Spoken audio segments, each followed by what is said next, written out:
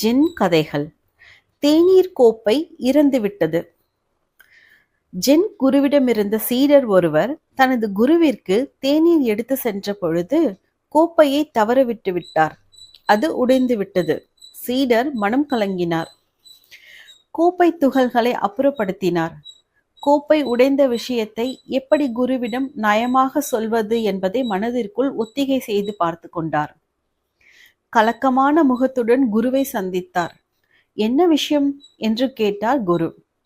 மனிதர்கள் ஏன் சாகிறார்கள் குருவே என்று ஒரு பெரிய கேள்வியை கேட்டார் சீடர். அது இயற்கை. பிறந்த உயிர்கள் எல்லாம் இறந்துதான் ஆக வேண்டும். மரணம் தவிர்க்க முடியாதது. எல்லாவற்றிற்கும் அழிவு உண்டு.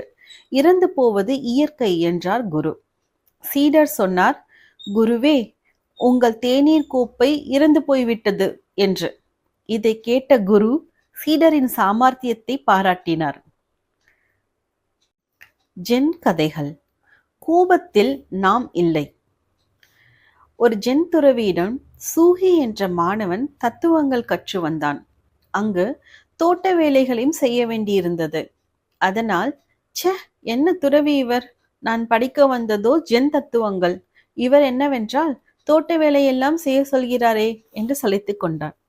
மாலையில் தனது நண்பனை சந்தித்த சூஹி தனது பிரச்சனையை பற்றி கூறி, இந்த துறவிக்கு பணிவிடைகள் செய்வதுதான் எனக்கு படிப்பா என்று எரிச்சலுடன் கேட்டான்.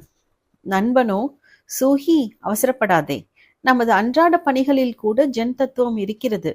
உனது குரு காரணம் இல்லாமல் உனக்கு இந்த வேலைகளை கொடுத்திருக்க மாட்டார் என்று சமாதானப்படுத்தும்படி பேசினான்.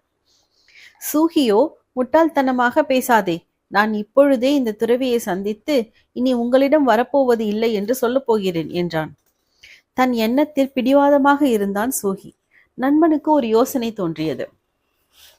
அதனால் சூஹியிடம், சரி, உன் விருப்பம், ஆனால் எனக்காக முடிவை இன்று துறவியிடம் சொல்ல வேண்டாம், யோசித்து நாளை சொல் என்றான். இதை கேட்டு சூஹிக்கு சிரிப்பாக வந்தது. ஓஹோ, நாளைக்குள் எனது மனம் மாறிவிடும் என்று தப்பு கணக்கு போடுகிறாயா? என் முடிவு மாறாது என்றான் உறுதியாக. இருப்பினும் நண்பனுக்காக தனது முடிவை ஒரு நாள் ஒத்தி வைத்தான். சூஹி நீண்ட நேரம் தனிமையில் யோசித்தான்.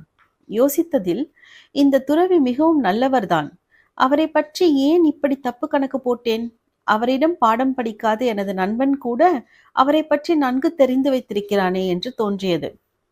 மறுநாள் நண்பனை சந்தித்து, நண்பா, எனது தவறான முடிவை மாற்றிக்கொண்டு விட்டேன். அது சரி, எனது முடிவு தவறு என்று எப்படி கண்டுபிடித்தாய் என்று கேட்டான். நண்பன் இப்படி விளக்கம் தந்தான். கோபப்படும் பொழுது நாம் நாமாக இருப்பதில்லை என்று ஜன் தத்துவம் கூறுகிறது. அப்பொழுது அறிவு சரியான முடிவு எடுக்காது. கொஞ்சம் ஓய்வு கொடுத்து சிந்தித்தால் தவறான முடிவுகளை தவிர்க்கலாம். அப்பொழுதுதான் சூஹிக்கு ஜென் தத்துவம் புரிந்தது.